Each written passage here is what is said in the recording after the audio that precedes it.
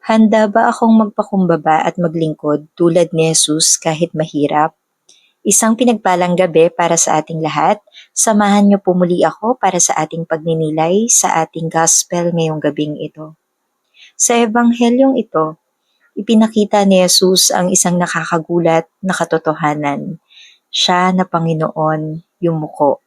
Siya na dakila ay naglingkod.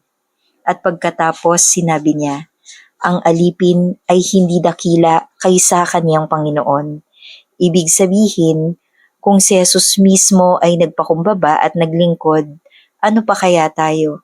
Madalas gusto natin kilalanin, pahalagahan, at iangat ang ating mga sarili. Pero si Jesus, iba ang landas na ipinakita. Landas ng kababaang loob at paglilingkod. Masakit din marinig na kahit siya ay nagmahal ng tapat, may magtataksil pa rin sa kanya. Pero hindi siya tumigil sa pagmamahal. Ito ang paanyaya sa atin, maglingkod kahit hindi napapansin, magmahal kahit nasasaktan, manatiling tapat kahit may pagtataksil. Dahil sa huli, sinabi niya, ang tumatanggap sa sinugo ko ay tumatanggap sa akin.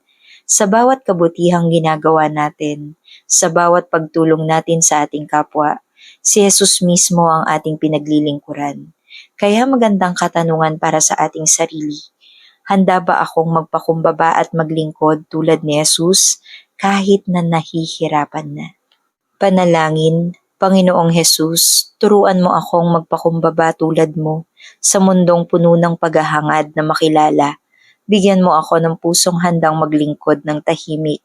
Kapag ako'y nasasaktan, palakasin mo ako upang magmahal pa rin.